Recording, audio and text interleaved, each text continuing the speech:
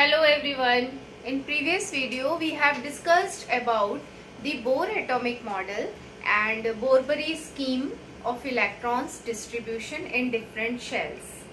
और हमने पढ़ा कि जो लास्ट शेल होता है उसको वैलेंस शेल कहते हैं और लास्ट शेल में हमेशा 8 इलेक्ट्रॉन्स होने चाहिए स्टेबिलिटी के लिए and this is called octet rule. Octet rule means every element wants 8 electrons in last shell to attain stability. Got it? इतना हमने लास्ट वीडियो में पढ़ लिया था. आज इस वीडियो में हम पढ़ेंगे वैलेंसी क्या होती है और उसके बाद आइसोटोप्स क्या होते हैं, आइसोबार्स क्या होते हैं और इनके क्या यूजेस हैं, आइसोटोप्स के क्या यूजेस हैं. और इसके साथ एक और कॉम्पिटिटिव एग्जाम के बेसिस पे एक नई टर्म है आइसोटोन क्या होते हैं और आइसो इलेक्ट्रॉनिक एलिमेंट्स क्या होते हैं. ठीक है, तो ये 4 हम इस वीडियो में डिस्कस करेंगे और आइसोटोप से जुड़े 2 न्यूमेरिकल्स भी करेंगे. Got it? तो स्टार्ट करते हैं वैलेंसी. वैलेंसी मैंने प्रीवियस वीडियो में भी समझाई थी. देखो, किसी भी एलिमेंट को सपोज हमारे पास एक X एलिमेंट है और किसी भी एलिमेंट को या किसी भी सिंबल को एग्जैक्ट लिखने का तरीका क्या है, सिंबल के नीचे एटॉमिक नंबर लिखा जाता है और सिंबल के ऊपर एटॉमिक मास लिखा जाता है. एटॉमिक नंबर क्या होता है? नंबर ऑफ इलेक्ट्रॉन्स और नंबर ऑफ प्रोटॉन्स. ठीक है, और एटॉमिक मास क्या होता है? Number of protons. Atomic mass number क्या होता है? Number of protons plus number of neutrons. ये कहलाता है atomic mass number. Dear students, जैसे 2 टर्म्स हैं हमारे पास, atomic number and atomic mass. Atomic number हमेशा सिंबल के बॉटम पे लिखा जाता है और एटॉमिक मास हमेशा सिंबल के ऊपर लिखा जाता है, टॉप पे. एटॉमिक नंबर क्या होता है? किसी भी एटम में, न्यूट्रल एटम में जितने पॉजिटिव चार्ज होते हैं उतने ही नेगेटिव चार्ज होते हैं. इसी वजह से एटॉमिक नंबर की डेफिनेशन होती है नंबर ऑफ इलेक्ट्रॉन्स और number of protons present in a neutral atom. It is called atomic number. ठीक है, लेकिन अगर वो एटम आयन रूप में है, उसने अपने इलेक्ट्रॉन्स लूज या गेन कर दिए हैं, तब एटॉमिक नंबर किस पे डिपेंड करेगा? प्रोटॉन्स के नंबर पे, क्योंकि इलेक्ट्रॉन्स तो वेरी हो गए, घट गए, बढ़ गए. ओके, तो now atomic number for ions, atomic number for ions is number of protons. Got it? And atomic mass number is number of protons plus number of neutrons. और atomic number को Z से denote किया जाता है और atomic mass को A से denote किया जाता है. Got it? इतना हमने पढ़ा हुआ है प्रीवियस वीडियोस में. अब हम अगर वैलेंसी की बात करें तो वैलेंसी के लिए बहुत इम्पोर्टेंट फैक्टर होता है एटॉमिक नंबर. अगर हमें एटॉमिक नंबर पता है, और एटॉमिक नंबर क्या होता है? नंबर ऑफ इलेक्ट्रॉन्स या नंबर ऑफ प्रोटॉन्स. तो अगर हमें पता चल जाए कि इस एलिमेंट का इतना एटॉमिक नंबर है तो हम उस एलिमेंट की आसानी से वैलेंसी फाइंड आउट कर सकते हैं. सपोज किसी एक एलिमेंट है सोडियम, इसका एटॉमिक नंबर होता है 11. 11 एटॉमिक नंबर का मतलब है इसके पास 11 इलेक्ट्रॉन्स और 11 प्रोटॉन्स ही प्रेजेंट हैं, क्योंकि देखो इसके ऊपर कोई चार्ज नहीं लगा.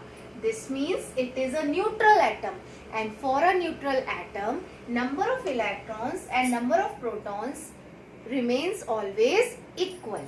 Got it? चार्ज दोनों बराबर होते हैं.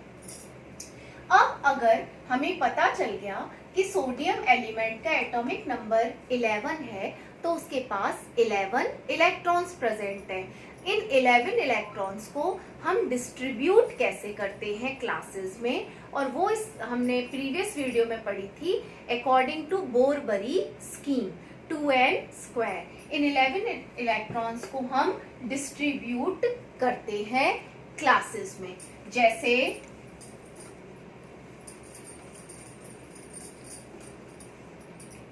हमारे पास रूल है, हमारे पास टोटल इलेक्ट्रॉन्स कितने हैं 11। ओके, इनको हमें डिस्ट्रीब्यूट करना है शेल्स में KLMN में, और इनको हम किस से डिस्ट्रीब्यूट करेंगे according to Bohr Bury scheme. According to Bohr Bury scheme formula is 2n²। तो पहले शेल में हम कितने भर सकते हैं 2, सेकंड में 8, थर्ड में 18 और फोर्थ में 32। Got it? फोर्थ में कितने भर सकते हैं 32। तो अब हम अपने 11 इलेक्ट्रॉन्स को इस रूल के हिसाब से फिल करेंगे। तो 11 इलेक्ट्रॉन्स में से हमने के शेल में 2 इलेक्ट्रॉन्स फिल कर दिए, 11 में से 2 फिल कर दिए, हमारे पास 9 इलेक्ट्रॉन्स बचे। सेकंड शेल में मैक्सिमम कितने भर सकते हैं 8, 8 और 2 10, कितना बचा 1 इलेक्ट्रॉन। 1 इलेक्ट्रॉन कहाँ चला गया लास्ट शेल में। This means for sodium electronic configuration क्या हुआ, इलेक्ट्रॉनिक कन्फ्यूग्रेशन क्या होता है, जो हम ये इलेक्ट्रॉन्स का डिस्ट्रीब्यूशन लिखते हैं क्लासेस में, this is called electronic configuration. तो इसका इलेक्ट्रॉनिक कन्फ्यूग्रेशन हुआ 281 और 11 इलेक्ट्रॉन्स इस तरीके से इस नियम के अकॉर्डिंग फिलअप हो गए। अब इसका लास्ट शेल बना है ये M। तो किसी भी एटम का लास्ट शेल कहलाता है शेल, वैलेंस शेल। किसी भी एटम का लास्ट शेल कहलाता है वैलेंस शेल, और इस शेल में जितने इलेक्ट्रॉन्स प्रेजेंट होते हैं वो कहलाते हैं वैलेंस इलेक्ट्रॉन्स। ठीक है, तो अगर एग्जाम में पूछा जाए कि सोडियम जिसका एटॉमिक नंबर 11 है उसके कितने वैलेंस इलेक्ट्रॉन्स होते हैं, तो वैलेंस इलेक्ट्रॉन मतलब वो लास्ट शेल में पूछ रहा है।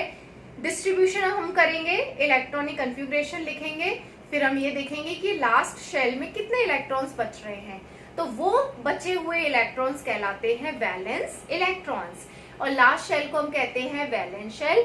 और इसी शेल से वैलेंसी डिसाइड होती है, क्योंकि इसी शेल से इलेक्ट्रॉन्स लूज या गेन किए जाते हैं। Got it? अब देखो हमने अभी तक क्या सीखा, इलेक्ट्रॉनिक कन्फ्यूग्रेशन लिखना। अब क्या होता है according to octet rule. Octet rule क्या होता है कि लास्ट शेल में हर एलिमेंट के, या हम ये कहें कि वैलेंस शेल में हमेशा 8 इलेक्ट्रॉन्स होने चाहिए। इन 8 इलेक्ट्रॉन्स को पूरा करने के लिए एलिमेंट्स लूज गेन शेयर करते हैं। Got it? देखो अगर हम एक एग्जांपल ले सोडियम का ही, तो इसका इलेक्ट्रॉनिक कन्फ्यूग्रेशन कितना हुआ 281। तो इसका लास्ट शेल बना ये, और लास्ट शेल में कितने इलेक्ट्रॉन्स हैं 1, होने कितने चाहिए 8। इसके पास कितने इलेक्ट्रॉन्स की कमी है 7 इलेक्ट्रॉन्स की। ओके, अब इसके पास 2 पॉसिबिलिटीज हैं कि एक इलेक्ट्रॉन को ये किसी को लूज कर दे। ठीक है, लूज करते ही ये शेल खत्म हो जाएगा और केवल ये शेल बचेगा, ये स्टेबल आ जाएगा। दूसरी पॉसिबिलिटी क्या है, जैसे किसी को एक इलेक्ट्रॉन की जरूरत है तो एक इलेक्ट्रॉन किसी को लूज कर दे। दूसरी पॉसिबिलिटी ये है कि 7 इलेक्ट्रॉन किसी से गेन कर ले। ठीक है, अगर 7 इलेक्ट्रॉन गेन करेगा किसी के साथ तो इसके पास 8 इलेक्ट्रॉन्स पूरे हो जाएंगे। ओके, लेकिन यहाँ पर एक कमी है। क्या कमी है कि 7 इलेक्ट्रॉन्स को गेन करना बहुत मुश्किल होता है। It requires lot of energy. तो इसके पास केवल एक ही पॉसिबिलिटी बची लूज करने की। ठीक है, तो हमेशा याद रखना कि अगर लास्ट शेल में 3 इलेक्ट्रॉन्स तक बचते हैं तो ये लूज किए जा सकते हैं और 3 इलेक्ट्रॉन्स तक ही गेन किए जा सकते हैं। ओके, अब एक बचती है बीच की पॉसिबिलिटी 4। अगर किसी एलिमेंट के लास्ट शेल में 4 इलेक्ट्रॉन बचते हैं तो ना लूज होता ना गेन होता, ये होता है share. Got it? For example देखो, इसमें क्या किया कि एक इलेक्ट्रॉन इसने लूज किया।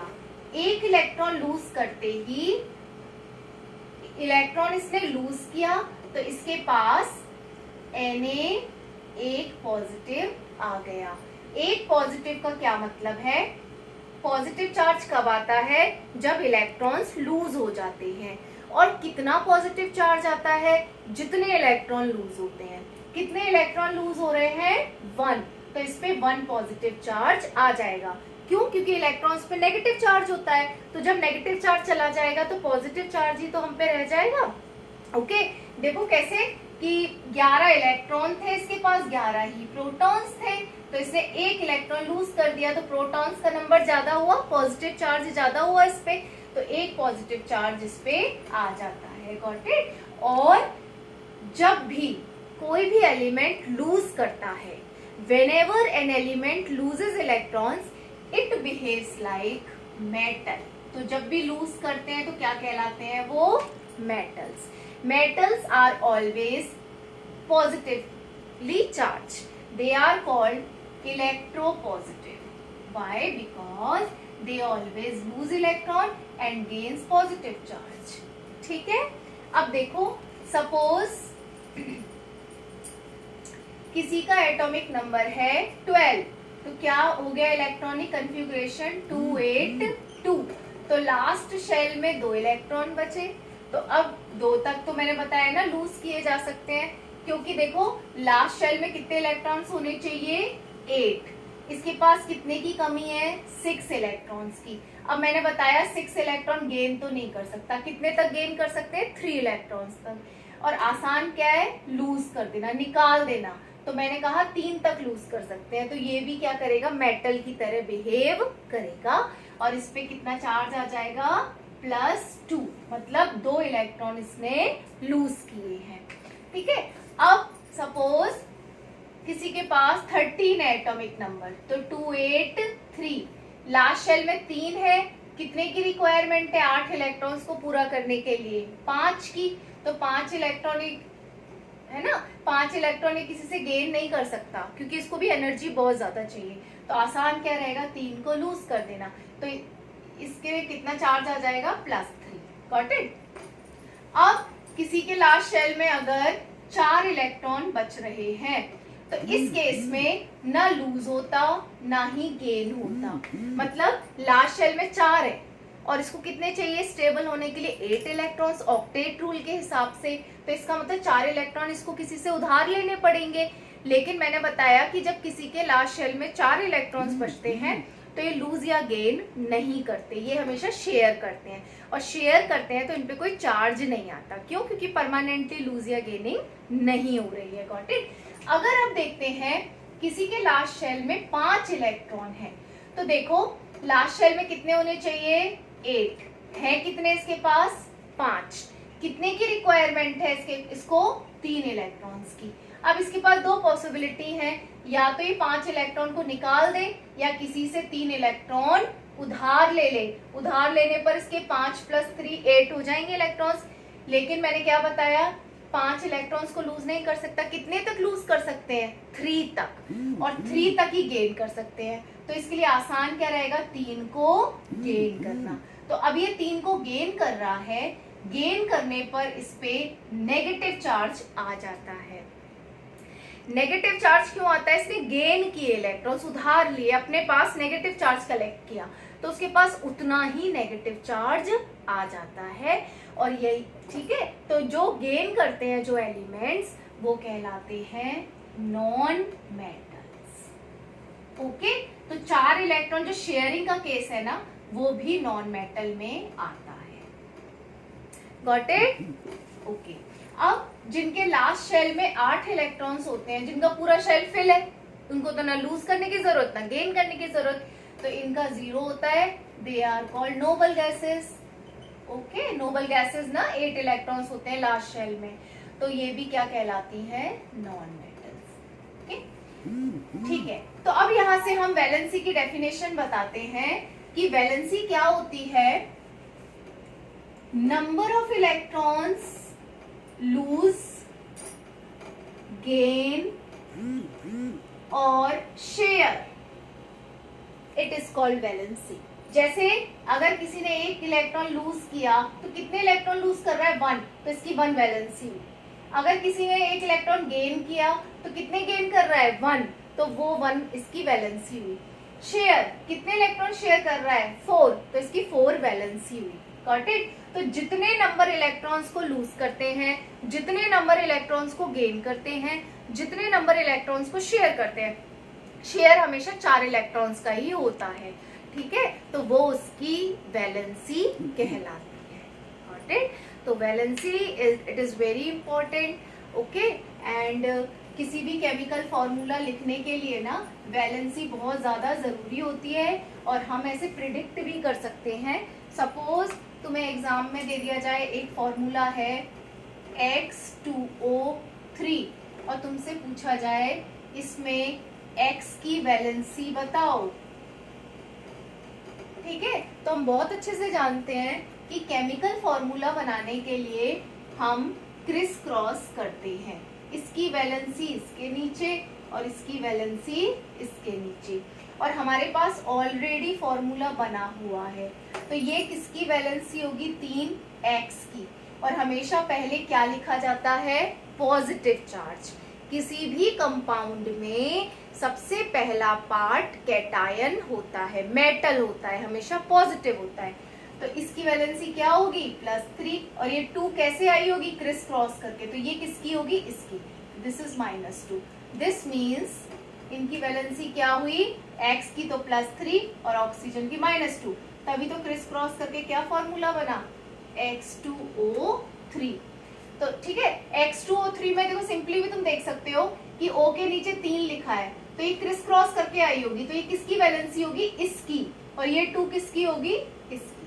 Got it? तो ऐसे आराम से तुम लोग बता सकते हो कि क्या किसकी वैलेंसी है।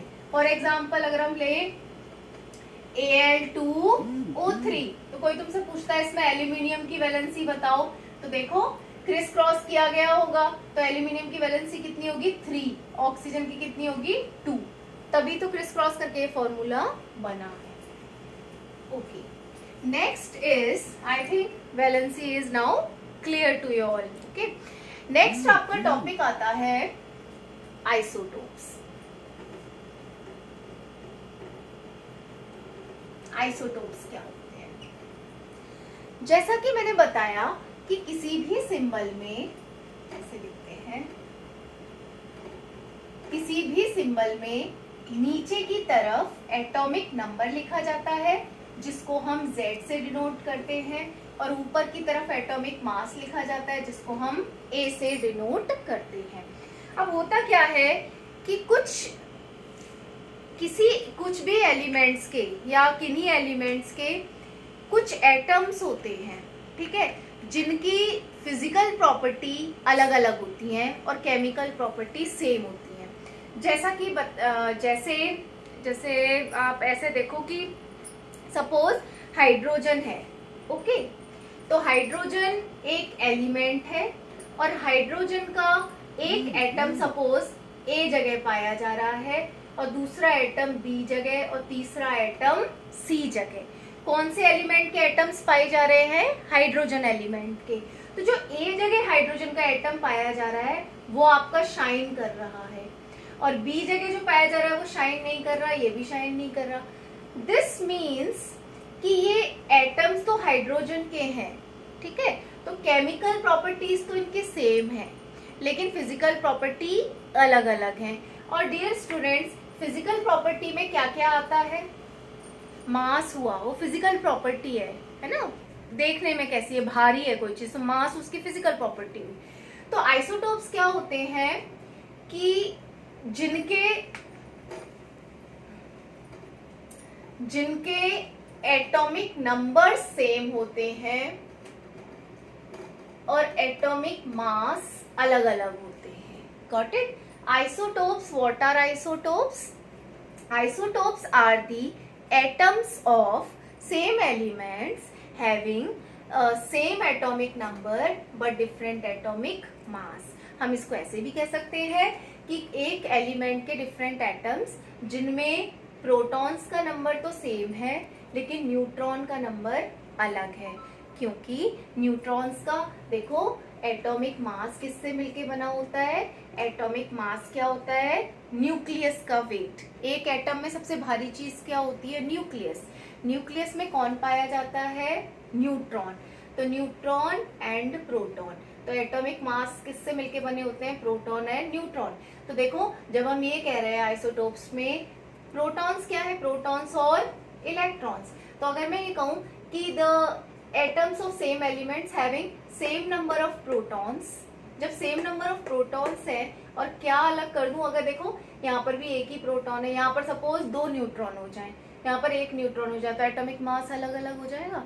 तो जिन आइसोटोप्स किसे कहते हैं कि एलिमेंट्स के डिफरेंट एटम्स या atoms which have same atomic number but different atomic masses, these are called isotopes.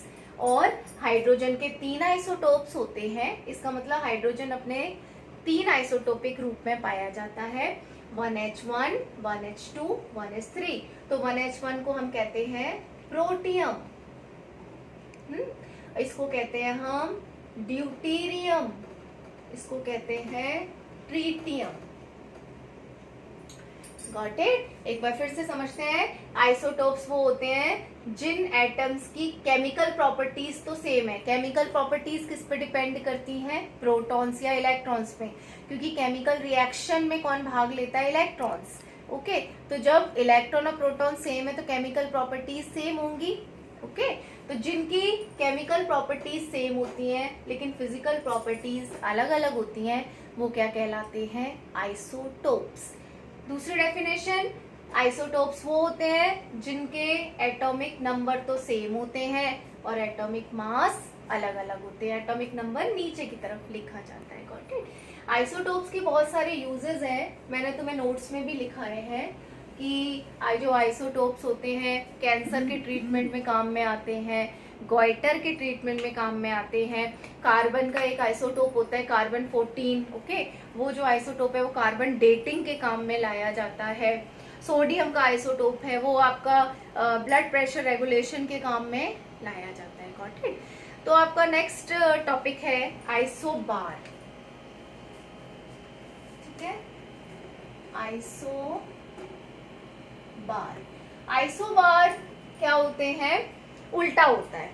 ठीक है, for example calcium and argon. Got it? Calcium का एटॉमिक नंबर इतना एंड आर्गन का इतना, इसका 40, इसका भी 40। ठीक है, तो आइसोबार्स क्या होते हैं? आइसोबार्स वो एलिमेंट्स होते हैं जिनके एटॉमिक मास सेम होते हैं लेकिन एटॉमिक नंबर अलग अलग होते हैं। उल्टा हो गया, आइसोटोप में atomic number same, atomic mass अलग। आइसोबार में atomic mass same, atomic number अलग अलग। ऐसे याद रखो, आइसो का मतलब सेम, बी का मतलब बॉटम, तो सेम बॉटम नहीं है इनमें, मतलब सेम बॉटम नहीं है, सेम एटॉमिक नंबर नहीं है। उल्टा होता है, आइसो मतलब सेम, सेम बॉटम ना हो और सेम क्या हो? टॉप। ठीक है, उल्टा करते हैं। ऐसे आइसोटोप था, आइसोटोप को भी ऐसे याद कर लेते हैं। आइसो मतलब सेम, टॉप सेम नहीं है, बॉटम सेम है। बॉटम पे क्या लिखते हैं अपन? Atomic number.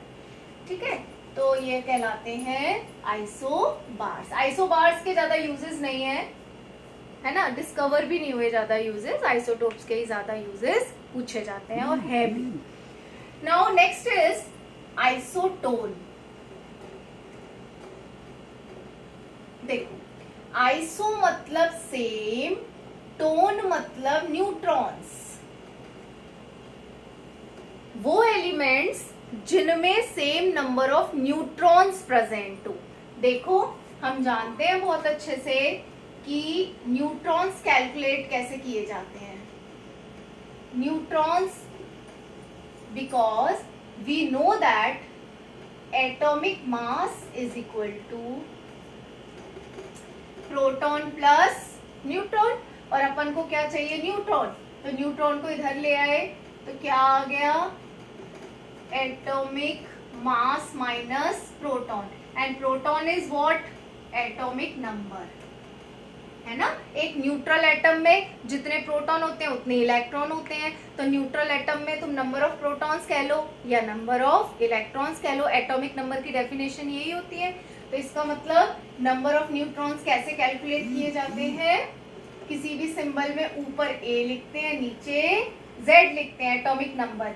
तो मैंने बताया atomic mass minus atomic number, तो नंबर ऑफ न्यूट्रॉन्स कैसे निकाल दिए जाते हैं, ए माइनस जेड, ठीक है। नंबर ऑफ न्यूट्रॉन्स कैसे निकाले जाते हैं, A minus Z, atomic mass minus atomic number.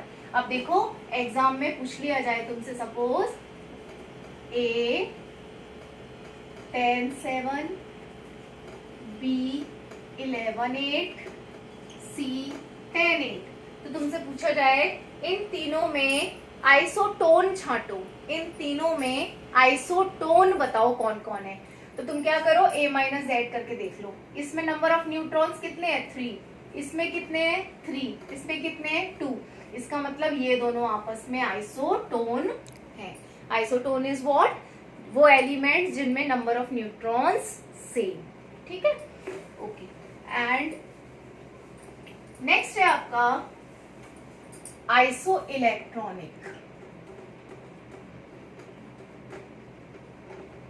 जैसा कि नाम से समझ में आ रहा है, आइसो मतलब सेम, इलेक्ट्रॉनिक मतलब इलेक्ट्रॉन्स, इस वो एलिमेंट्स जिनमें same number of electrons present हो। देखो for example O2 minus comma N3 minus and Na plus. देखो इनमें ना हम नंबर ऑफ इलेक्ट्रॉन्स कैलकुलेट करने की कोशिश करते हैं। ऑक्सीजन का एटॉमिक नंबर कितना होता है, 8, नाइट्रोजन का एटॉमिक नंबर होता है 7, सोडियम का एटॉमिक नंबर होता है 11, ठीक है।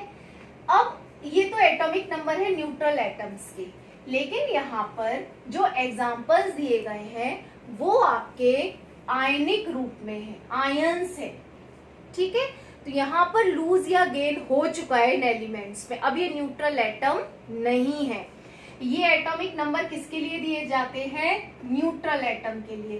तो देखो ऑक्सीजन का एटॉमिक नंबर था 8, इसके पास 8 इलेक्ट्रॉन्स थे, और ये क्या बता रहा है, इसने 2 इलेक्ट्रॉन्स गेन कर रखे हैं, तभी तो 2 माइनस आए हैं, इसके पास 2 इलेक्ट्रॉन इसने गेन कर रखे हैं। तो टोटल इलेक्ट्रॉन्स कितने हो गए, 8 + 2 = 10, ओके। 8 इलेक्ट्रॉन्स तो इसके पास पहले से थे न्यूट्रल एटम पे, और 2 इलेक्ट्रॉन इसने गेन कर रखे हैं, तो टोटल इलेक्ट्रॉन्स कितने हो गए, टोटल नंबर ऑफ इलेक्ट्रॉन्स 10 हो गए। इसमें देखते हैं, इसका एटॉमिक नंबर था 7, न्यूट्रल एटम का एटॉमिक नंबर था 7, इसने 3 गेन कर रखे हैं, इसके पास कितने हो गए, 10। इसके देखते हैं, सोडियम का एटॉमिक नंबर होता है 11, लेकिन इसमें एक पॉजिटिव चार्ज है। पॉजिटिव कब आता है, जब इलेक्ट्रॉन लूज हो जाता है, और कितना लूज हुआ है, 1 इलेक्ट्रॉन। इसका मतलब इसके पास 11 इलेक्ट्रॉन थे, लेकिन इसने एक लूज कर दिया है, तो अब इसके पास कितने रह गए, 10। तो इन तीनों के पास टोटल नंबर ऑफ इलेक्ट्रॉन्स 10 आ रहे हैं। This means these all are isoelectronic. Isoelectronic क्या होते हैं? वो एलिमेंट जिनके पास इलेक्ट्रॉन्स का नंबर सेम होता है, और वो हमें ना एक बार कैलकुलेट करके देखना पड़ता है एटॉमिक नंबर में। ठीक है, एटॉमिक नंबर याद है तुम्हें? तो तुम ये देख लो कि कितने नंबर इसने लूज या गेन कर रखे हैं, तो उनको जोड़ के टोटल नंबर ऑफ इलेक्ट्रॉन्स आपका निकल के आ जाता है। ठीक है, अब एक न्यूमेरिकल है आइसोटोप्स के ऊपर। क्या है वो न्यूमेरिकल? देखो, हम सभी जानते हैं कि जो आइसोटोप्स होते हैं ना, एक ही एलिमेंट, मैंने पहले भी बताया था कि क्या होता है कि एक ही एलिमेंट के बहुत सारे एटम्स प्रेजेंट होते हैं। और अगर मैं कहूँ कि एक एटम का एटॉमिक मास निकालूं, जैसा कि मैंने मोल कॉन्सेप्ट में भी समझाया था, अगर वो एलिमेंट डिफरेंट एटम्स में पाया जा रहा है, तो इसका मतलब उन सभी एटम्स के मास को मुझे ऐड करना पड़ेगा। जैसे एक एप्पल है और एक एप्पल के मैं बहुत सारे पीसेस कर दूं और मुझसे कहा जाए इस एप्पल का मास बताओ कितना है, तो मैं क्या करूंगी? सारे पीसेस को कलेक्ट करूंगी, फिर उनका एवरेज निकालूंगी कितना मास निकल के आ रहा है। तो ऐसे ही एक एटम का जो मास होता है वो एवरेज एटॉमिक मास होता है, जितने भी एटम्स उसके नेचर में पाए जा रहे होते हैं। अगर उस एलिमेंट के आइसोटोप्स मिल रहे हैं, तो हमें 110% उनके सभी आइसोटोप्स का मास को ऐड करना पड़ेगा, तब जाके उस एटम का मास निकल के आएगा। तो इसका मतलब हम ये कह सकते हैं कि एक एलिमेंट नेचर में 100% पाया जाता है, लेकिन अगर हम उसके आइसोटोप्स को ऐड कर दें तब वो 100% हमें मिल जाएगा। जैसे क्लोरीन है, तो क्लोरीन जो होता है ना, सपोज जो क्लोरीन होता है उसके ना 2 आइसोटोप्स मिलते हैं हमें। क्लोरीन 17 35.5 और इसका होता है क्लोरीन 35 और 37। तो तुम ये देख रहे हो कि देखो, क्लोरीन के 2 एटम्स हैं जिनका एटॉमिक नंबर सेम है, लेकिन एटॉमिक मास अलग अलग है। दिस मीन्स क्लोरीन अपने किस रूप में पाया जाता है? आइसोटोप्स में। अब मैं तुमसे कहूँ क्लोरीन का एटॉमिक मास बताओ, तो ऑब्वियस सी बात है, क्योंकि ये टुकड़ों में टूटा हुआ है डिफरेंट जगह, तो मुझे इन सभी एटम्स को मास को एवरेज आउट करना पड़ेगा, है ना। तो जब भी आइसोटोप के ऊपर न्यूमेरिकल आता है, तो हमें उनके आइसोटोप्स के मास को ऐड करना पड़ता है कि कितने परसेंटेज वो पाए जा रहे हैं, क्योंकि इन आइसोटोप की ना परसेंटेज भी मिलती है। जैसे मैं अगर तुमसे कहूँ कि जो क्लोरीन है ना, जिसका मास 35 है, वो नेचर में सपोज 80% प्रेजेंट है। ठीक है, जैसे मैंने एक एप्पल की काटा एक एप्पल, तो एक उसकी जो वो है पीस है वो ज्यादा बड़ा कट गया, तो इसका मतलब उसकी परसेंटेज ज्यादा है, और दूसरे की परसेंटेज कम हो गई। तो ऐसे आइसोटोप्स में भी होता है। हो सकता है एक एलिमेंट का जो एक एटम है वो ज्यादा परसेंट में प्रेजेंट हो नेचर में, और दूसरा कम परसेंट में प्रेजेंट हो। ठीक है, तो सपोज ये 80% में है, तो ऑब्वियसली ये कितने परसेंट प्रेजेंट होगा नेचर में? 20% में, क्योंकि 100% ही एक एलिमेंट प्रेजेंट हो सकता है, उससे ज्यादा तो हो नहीं सकता।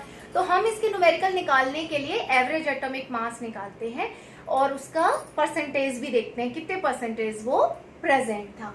तो जितने भी एलिमेंट्स होते हैं ना, एक और यहाँ पर इंपॉर्टेंट बात है कि जितने भी एलिमेंट्स होते हैं ना जिनका मास फ्रैक्शन में आता है, ठीक है, जैसे क्लोरीन का 35.5 आता है, तो जिनका फ्रैक्शन में प्रेजेंट होता है ना, वो ये बताता है कि जनरली मास हमेशा होल नंबर में होता है, लेकिन जिनका पॉइंट्स में आता है वो ये कहते हैं, उसका मतलब ये होता है कि इस एलिमेंट के आइसोटोप्स प्रेजेंट है। Got it? तो इसके ऊपर एक न्यूमेरिकल कर लेते हैं। वो तुम्हारी बुक में भी एक न्यूमेरिकल दे रखा है आइसोटोप्स के ऊपर, और वो न्यूमेरिकल है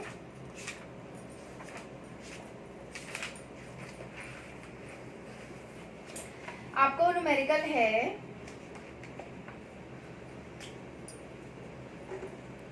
if bromine atom is available in 2 forms. First isotope है 79, 35 और ये कितनी परसेंट प्रेजेंट है, 49.7, ठीक है। और दूसरा आइसोटोप है इसी का 3581 और कितनी परसेंट प्रेजेंट है, 50.3, ठीक है। देखो क्वेश्चन क्या है कि ब्रोमीन एटम है और उसके दो आइसोटोप्स प्रेजेंट है ना, 35 ये एटॉमिक नंबर तो सेम है तो मतलब आइसोटोप है, और एटॉमिक मास इनके अलग अलग हैं। और एक आइसोटोप जिसका 79 मास है वो प्रेजेंट है 49.7% इस नेचर में, और ये आइसोटोप प्रेजेंट है 50.3 में। तो तुमसे पूछा गया है कि तो फिर जब ये है इसमें इतने परसेंटेज में प्रेजेंट है तो ब्रोमीन का आप एवरेज एटॉमिक मास बताओ। देखो फॉर्मूला क्या होता है कि जब भी हमें एवरेज एटॉमिक मास निकालना होता है तो हम क्या करते हैं, फर्स्ट आइसोटोप का मास ही देखेंगे, ये तो सेम है एटॉमिक नंबर, तो देखो फर्स्ट आइसोटोप का मास, ठीक है, फर्स्ट आइसोटोप का मास इनटू कितने परसेंटेज वो प्रेजेंट है, प्लस दूसरे आइसोटोप का मास कितना है 81 इनटू कितने परसेंट वो प्रेजेंट है अपॉन 100, परसेंटेज निकालनी है इस चक्कर में, ठीक है। तो यहाँ पर देखो फर्स्ट आइसोटोप का मास कितना है 79 और कितने परसेंट प्रेजेंट है वो 49.7%, प्लस सेकेंड आइसोटोप का मास कितना है 81 और वो कितने परसेंट प्रेजेंट है 50.3% प्रेजेंट है, ओके, डिवाइडेड बाय 100। तो इसको जब हम सॉल्व करते हैं तो ये निकल के आता है 80.006, ठीक है, ओके। तो हम इस तरीके से इस न्यूमेरिकल को निकालेंगे। हमें दे रखा है ब्रोमीन एटम के ये दो आइसोटोप्स हैं और इतने इतने परसेंटेज ये प्रेजेंट है नेचर में, तो फॉर्मूला क्या होता है, average atomic mass is equal to first isotope का मास इनटू कितने परसेंटेज वो प्रेजेंट है, प्लस दूसरे आइसोटोप का मास कितने परसेंटेज प्रेजेंट है डिवाइडेड बाय 100। Got it. इसका सेकंड न्यूमेरिकल एक बार देख लेते हैं, वो थोड़ा सा टिपिकल है तो तुम्हें समझ में आ जाएगा। एनसीईआरटी बुक का ये न्यूमेरिकल, ओके। न्यूमेरिकल है आपका, यहां पर हमारा एवरेज एटॉमिक मास गिवन है, कितना है 16.2, ठीक है। और इसमें तुमसे पूछा क्या गया है, परसेंटेज पूछी गई है, पहले आइसोटोप की परसेंटेज बताओ और दूसरे आइसोटोप की परसेंटेज बताओ, और आइसोटोप्स के फॉर्मूले मास दे रखे हैं, एक है 16, दूसरा है 18। देखो इस न्यूमेरिकल में क्या है, the average atomic mass of a sample of element X is 16.2, average atomic mass given है।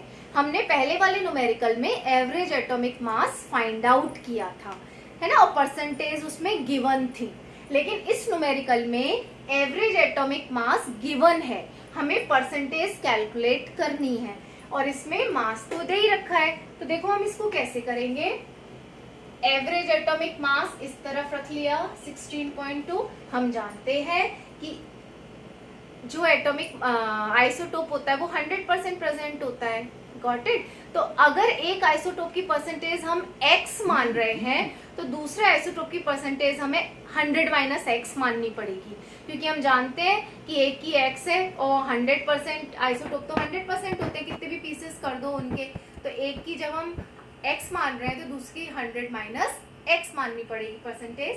तो देखो इसमें हमने क्या किया, मास ऑफ फर्स्ट आइसोटोप कितना है 16, कितनी परसेंटेज होगी इसकी x, plus mass of second isotope, क्योंकि हम फॉर्मूला जानते हैं ना, average atomic mass is equal to first isotope mass into कितने परसेंटेज में प्रेजेंट है, plus second isotope mass into कितने परसेंटेज में ये प्रेजेंट है, तो ये 100 माइनस x अपॉन 100। तो अपन इसको क्रिस क्रॉस कर लेंगे, ठीक है, और आप इसको आराम से कैलकुलेट कर सकते हो। ये आपका निकल के आ जाएगा 2x is equal to 180, x is equal to 180 upon 2, तो ये हो गया 90। तो देखो जब x की वैल्यू 90 है तो दूसरे की क्या निकल के, एक तो 90% आ गया, तो दूसरे की हमें 100 माइनस 90 करेंगे तो कितना आ गया 10%। तो ये दोनों हमारी परसेंटेज इस हिसाब से निकल जाएंगी। Got it? तो ये आपका दूसरा न्यूमेरिकल था। ओके, नेक्स्ट इस एक्सरसाइज में कुछ है नहीं ज्यादा, कुछ आराम से तुम लोग कर सकते हो। फॉर एग्जाम्पल अगर किसी की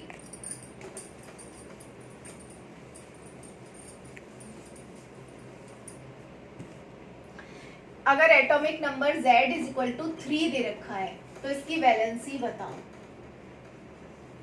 ठीक है, अगर z इज इक्वल टू 3 है इसका मतलब एटॉमिक नंबर कितना है 3। एटॉमिक नंबर दे दिया, इतने इलेक्ट्रॉन्स इस पे प्रेजेंट है। अब हम इसका इलेक्ट्रॉनिक कन्फिग्रेशन लिखेंगे तो 2n स्क्वायर के हिसाब से पहले शेल में कितने जा सकते हैं 2, भर गया शेल। पहले दूसरे में कितने जा सकते हैं 1, 3 इलेक्ट्रॉन्स हो गए। लास्ट शेल में कितने इलेक्ट्रॉन्स हैं 1, होने कितने चाहिए 8। तो 7 इलेक्ट्रॉन्स कोई गेन तो नहीं कर सकता। आसान क्या होगा 1 इलेक्ट्रॉन को लूज कर दे, क्योंकि 1 इलेक्ट्रॉन को लूज कर रहा है तो इसकी वैलेंसी भी कितनी हुई 1, और लूज कर रहा है तो it will behave like net. ठीक है, ओके। और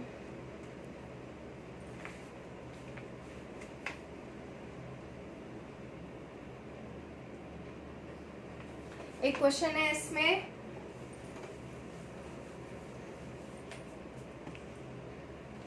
दो एलिमेंट है x y, ओके।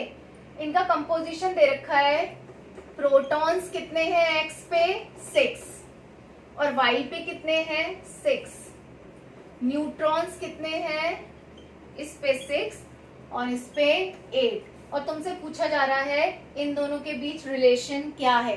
तो देखो इस पे भी 6 प्रोटॉन्स, इस पे भी 6,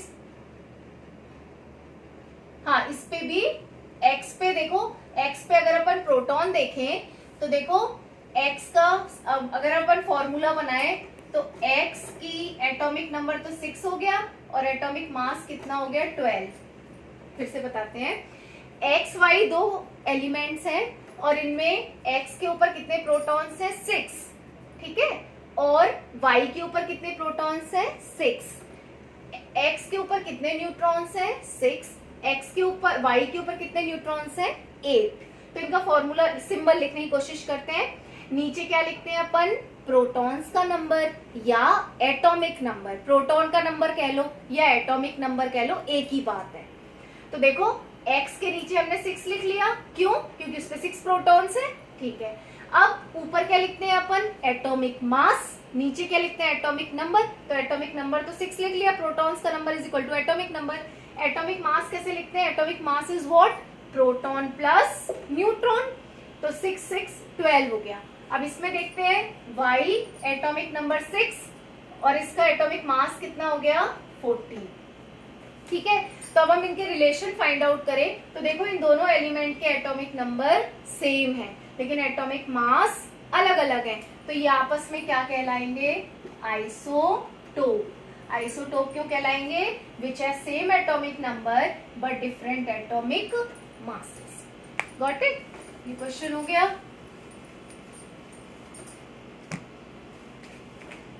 ठीक है,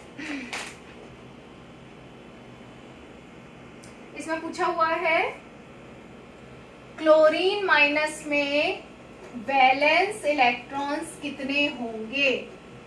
क्लोरीन, एक बात याद रखना, इसमें आयंस में पूछा है वैलेंस इलेक्ट्रॉन्स। तो देखो सिंपल क्लोरीन का एटॉमिक नंबर होता है 7, तो 287, ओके। पूछा क्या गया है, एक गेन कर रखा है इसने, गेन भी हमेशा लास्ट शेल में होंगे, लूज भी हमेशा लास्ट शेल से ही होंगे, तो एक इलेक्ट्रॉन इसने गेन कर रखा है, तो इसका मतलब 288। जब क्लोरीन केवल इस पे कोई चार्ज नहीं है तो वैलेंस इलेक्ट्रॉन्स कितने होते हैं 7। लेकिन देखो अब इसने चार्ज एक्वायर कर रखा है, एक माइनस, एक इलेक्ट्रॉन गेन कर रखा है, तो लास्ट शेल में एक इलेक्ट्रॉन आ गया, तो अब इसके वैलेंस इलेक्ट्रॉन कितने हो गए 8। तो क्लोरीन माइनस में वैलेंस इलेक्ट्रॉन कितने हुए 8 और सिंपल क्लोरीन में कितने हैं 7। तो तुम लोगों को वैलेंस इलेक्ट्रॉन देखने से निकालने से पहले ये देख लेना आयन में पूछा है या सिंपल में पूछा है। हमसे आयन में पूछा है तो उसने लूज या गेन करके बताना है तुम्हें कितने वैलेंस इलेक्ट्रॉन्स। ठीक है, बाकी ये एक दो क्वेश्चन है तुम आराम से कर सकते हो, कोई दिक्कत नहीं। Isotopes are what which have same chemical properties but different physical properties. एक और कॉन्सेप्ट रह गया छोटा सा, फिर ये चैप्टर तुम्हारा कंप्लीट हो गया। Got it. न्यूट्रॉन्स की डिस्कवरी कैसे हुई, ठीक है, न्यूट्रॉन्स की डिस्कवरी कैसे हुई। देखो एक एटम था हीलियम का, हीलियम का एटम लिया और हीलियम का एटॉमिक नंबर होता है 2। क्या था कि उस टाइम न्यूट्रॉन की डिस्कवरी तो हुई नहीं थी, ठीक है। तो रदरफोर्ड क्या कहते हैं, रदरफोर्ड ने ये कहा था कि बीच में कौन होता है न्यूक्लियस, जिसमें कौन प्रेजेंट होता है प्रोटॉन्स, और उसके चारों तरफ कौन प्रेजेंट होते हैं इलेक्ट्रॉन। तो अगर मैं हीलियम का न्यूक्लियस लेती हूं जिसका एटॉमिक नंबर 2 है, तो इसके पास 2 ही प्रोटॉन होंगे और 2 ही इलेक्ट्रॉन होंगे, ठीक है।